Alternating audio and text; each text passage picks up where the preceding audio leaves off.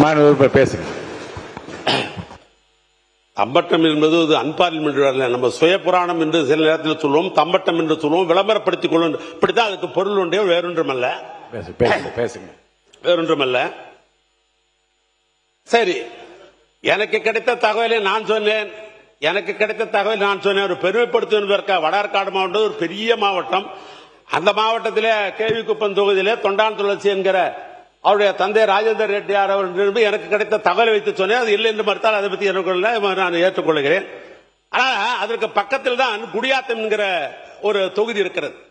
அந்த குடியாத்தம் தொகுதியில் தான் பெருந்தலைவரை அங்கே நிறுத்தி வைக்க வேண்டும் என்று முடிவு செய்கிறார்கள். ஏன்னா எம்எல்ஏ ஆனதான் எம்பி முதலமைச்சராக இருக்க முடியும் 6 மாசத்துல.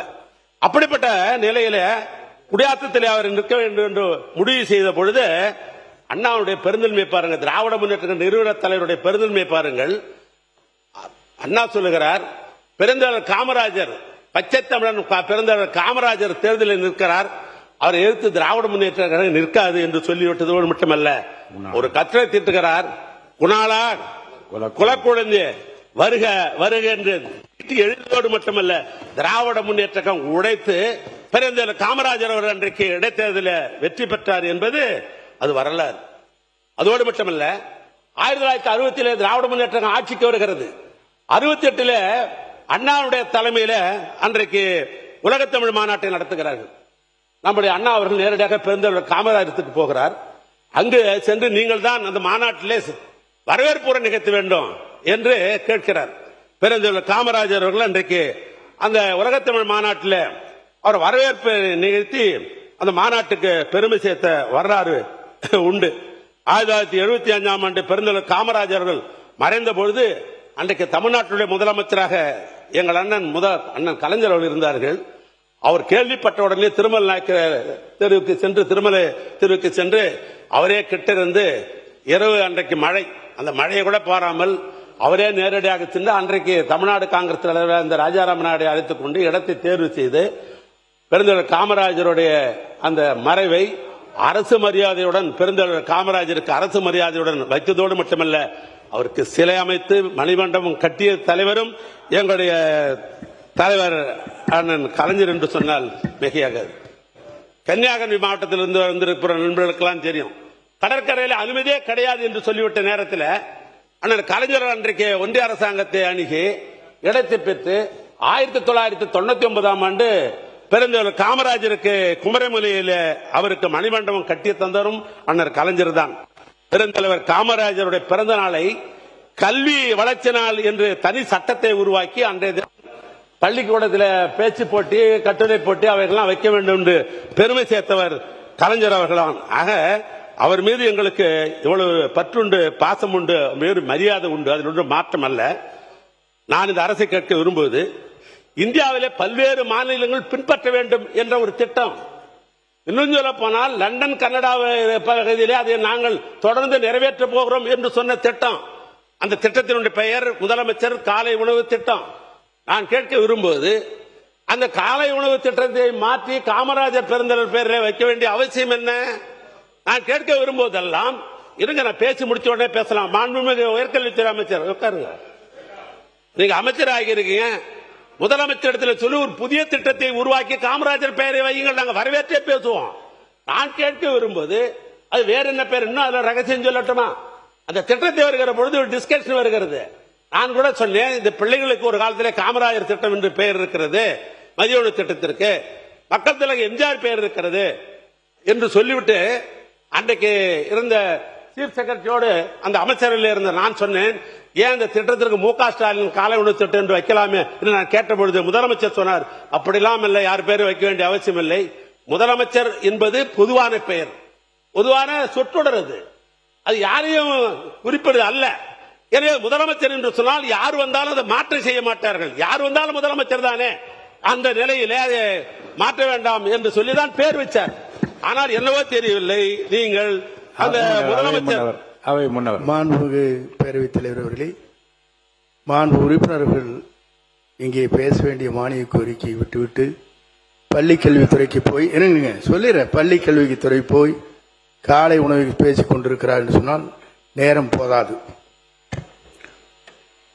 மானிய கோரிக்கை சம்பந்தம் இல்லாமல் நான் பேச மாட்டேன். காமராஜர் பேரில் நாங்கள் நூலகமே கட்டிக் கொண்டிருக்கிற அந்த அளவுக்கு அவர் மீது மரியாதை உண்டு. காமராஜர் பெயரை ஒரு புதிய திட்டத்திற்கு வைத்திருந்தால் நாங்களும் பாராட்டி இருப்போம். எங்க ஊர்ல ஒரு பழமொழி உண்டு, அண்டவுட்டு நெய்ய பொண்டாட்டி கைய அப்படின்னு ஒரு பழமொழி உண்டு.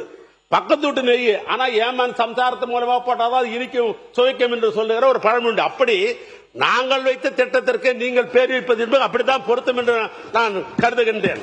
எனவே திட்டம் வந்ததை பற்றி எனக்கு தவறல்ல. உறுப்பினர் நிறைய கருத்துக்களை முந்தைய மானிய கோரிக்கைகளில் இருந்து நிறைய கட்டணம் கட்டினது எல்லாம் நிறைய விளக்கமா சொன்னீங்க. 20 நிமிடம் ஆகிவிட்டது. இல்ல உங்களுக்கு நேரமே தெரியாது. ஏனென்றால் நிறைய வரலாற்று குறிப்புகளை நீங்க சொல்லிக்கிட்டு குணாளே வருகை குல குழந்தை வருகை என்று பழைய வரலாறும் நினைவில் கூறத்தக்க பல விஷயங்களை நீங்க சிறப்பாக சொல்லிக் கொண்டே வருகின்றீர்கள். ஆனால் 20 நிமிடம் ஆகிவிட்டது. சுருக்கமாக பேரவைத் தலைவர், நான் உங்கள் அனுமதியோடு தான் பேச முடியும். எனக்கு தெரியும். அந்த சப்ஜெக்டுக்குள்ள வந்துட்டீங்கன்னா இன்னும் சுவையான மாண்புமிகு பேரவைத் தலைவர், அமெரிக்க அதிபராக இருந்த ஜான் கென்னடி சொன்னார், என் நாடு பொருளாதார வளர்ச்சி பற்றி இருப்பதற்கு எதுவென்றால் நெடுஞ்சாலையின் பங்கு அதிகம் என்று சொன்னான் ஜான் கென்னடி. சாலைகள் தான் மக்களுடைய வாழ்க்கை தரத்தையும் நாட்டின் பொருளாதாரத்தையும் உயர்த்த ஆதாரமாக திகழ்கிறது. இன்று இந்தியாவிலே தமிழ்நாடு 2வது பெரிய பொருளாதார வளர்ச்சி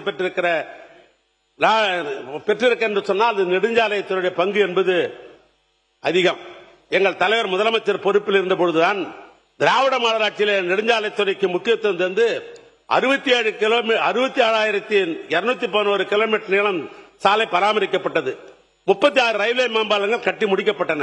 35 ரயில்வே மேம்பாலங்கள் கட்டப்பட்டுக் கொண்டிருக்கிறது. விபத்தை குறைப்பதற்காக 2638 இடங்களும் பிளாக் ஸ்பாட் 415 இடங்களும் கண்டறியப்பட்டு மேம்படுத்தப்பட்டன. 18/11/2002 சாலை விபத்துகளை ஏற்படுத்த உயிர் சேதத்தை குறைப்பதற்கு இன்னுயிர் காப்போம் நம்மை காப்போம் நாக்கும் திட்டத்தை கொண்டு வந்தோம். கிராம பகுதியில் அதிகமான தரைப்பாலங்களை, அதாவது குறிப்பாக 1166 தரைப்பாலங்களை உயர்மட்ட பாலமாக ஆக்கினோம். கோவையில் 1791 மதிப்பீட்டில் 10.5 கிலோமீட்டர் நீளத்திற்கு உயர்மட்ட பாலம் அமைத்து விஞ்ஞானி ஜிடி நாயுடைய பெயரை குறிச்சிட்டிருக்கிறோம். மதுரை சிவகங்கை மாவட்டங்களை இணைக்க 1.33 கிலோமீட்டர் மேம்பாலம் கட்டுவதற்கு அதற்கு வீரமங்கை வேலுநாச்சியாருடைய பெயர் சூட்டப்பட்டிருக்கிறது. அதோடு மட்டுமல்ல, குமரியில ஐயன் திருவள்ளுவர் சிலையும் விவேகானந்த சிலையும் இல்லத்தையும் இணைக்கிற கடல் நடுவே அதிக கண்ணாடி அணை பாலம் கட்டப்பட்டு 30/12/2002 அன்றைய முதலமைச்சர் அவர்களால் திறந்து வைக்கப்பட்டது என்பதை இந்த நேரத்தில் நான் பெருமையோடு தெரிவித்துக் கொள்ள நான் விரும்புகிறேன். அதே நேரத்தில் நம்முடைய நிர்வாக சீர்திருத்தம் என்ற பெயரில் ஒன்றிய அரசுக்கு இணையாக மாநில நெடுஞ்சாலை ஆணையம் ஒன்று 7/3/2002 ஆளுநர் ஒப்புதலுடன் சட்டப்படி இதே மாவட்டத்தில் சட்டத்தை நிறைவேற்றி துவக்கப்பட்டது. சென்னை, கோவை, மதுரை, திருச்சி ஆகிய 4 புதிய மண்டலம் உருவாக்கப்பட்டது. தரமான சாலைகளை அமைப்ப 10 தரக்கட்டுப்பாடு கோட்ட பொறியாளர் குழு அமைக்கப்பட்டது.